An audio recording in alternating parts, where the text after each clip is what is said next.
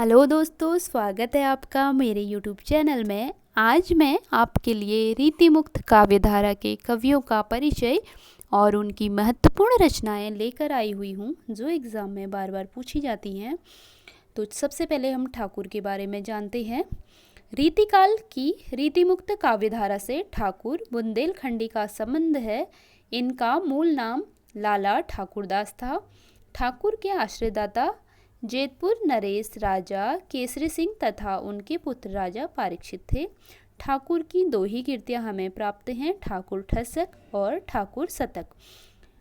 ठाकुर के विषय में शुक्ल जी का मत देख लेते हैं। उन्होंने लिखा है, ठाकुर बहुत ही सच्ची उमंग के कवि थे।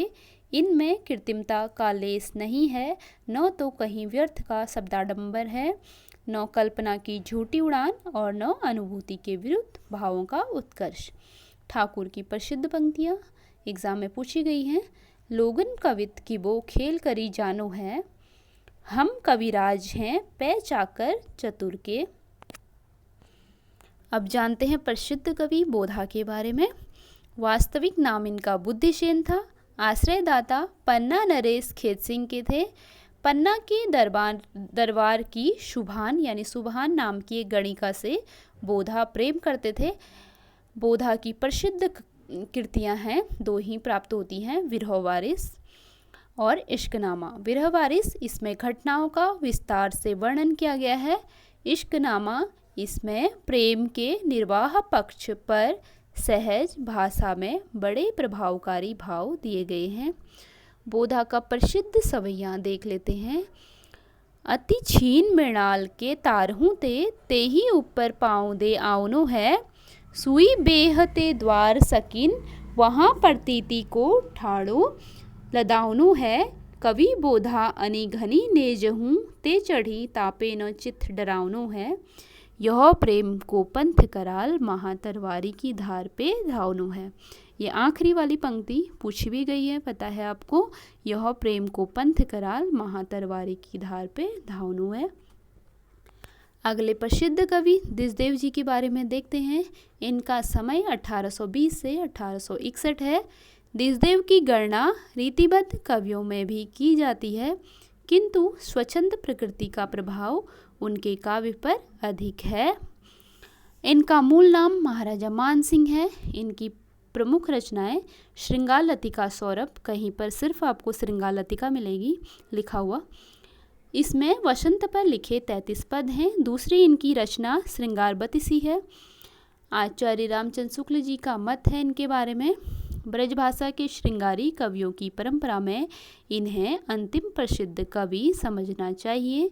जिस प्रकार लक्षण ग्रंथ लिखने वाले कवियों में पद्माकर अंतिम प्रसिद्ध कवि हैं, उसी प्रकार समूची श्रृंगार परंपरा में ये इनकी सी सरस और भावमयी फुटकल श्रृंगारी कविता फिर दुर्लभ हो गई। जो आगे की लाइन है ये पूछी गई है अभी टीजीटी के एग्ज़ाम में। ब्रजभाषा के श्रृंगारी कवियों की परंपरा में किसे अंतिम प्रसिद्ध कवि समझना चाहिए, तो वो हैं दिशदेव। शुक्ल जी ने आगे लिखा है, ऋतु वर्णनों में इनके हृदय का उल्लास उमड़ पड़ता है। प्रसिद्ध कवि आलम, उनके बारे में देखते हैं। आलम जाति के ब्राह्मण थे, किंतु शेख नाम की रंगरेजिन से विवाह कर यह मुसलमान हो गए। ये आश्रयदाता औरंगजेब के पुत्र मुअज्जम के थे।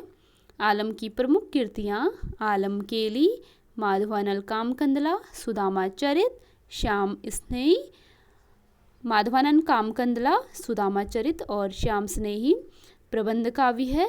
मुक्तक संग्रह इनका आलम केली है, आलम के नाम से प्रसिद्ध है और पूछा भी जाता है आलम का मुक्तक संग्रह कौन सा है, आलम केली। आलम के विषय में आचार्य शुक्ल का मत देखते हैं। ये प्रेमोन्मत्त कवि थे और अपनी तरंग के अनुसार रचना करते थे। इसी से इनकी रचनाओं में हृदय तत्व की प्रधानता है।